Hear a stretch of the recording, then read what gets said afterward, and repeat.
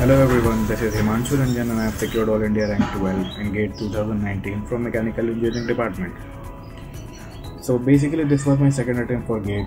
The first attempt I took in 2018 and couldn't perform very well and finally ended up having a score of 696 and marks of 68.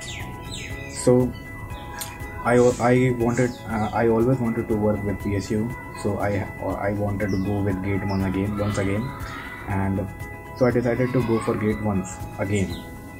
And initially I was doing all with self-study and some of the textbooks that I have, but then I got to know about Ascent GATE Academy from one of my friends who told me that this is a very good online platform where you could find the online lectures and online content which can really help you in order to learn and understand subject more clearly and more easily.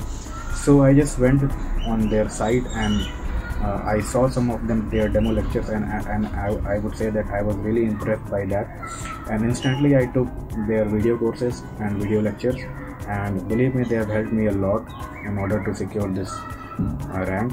So thank you very much, and I would recommend each and everyone who is seriously preparing for GATE and seriously willing to get a good rank in GATE, just go for Ascent GATE Academy. Thank you very much.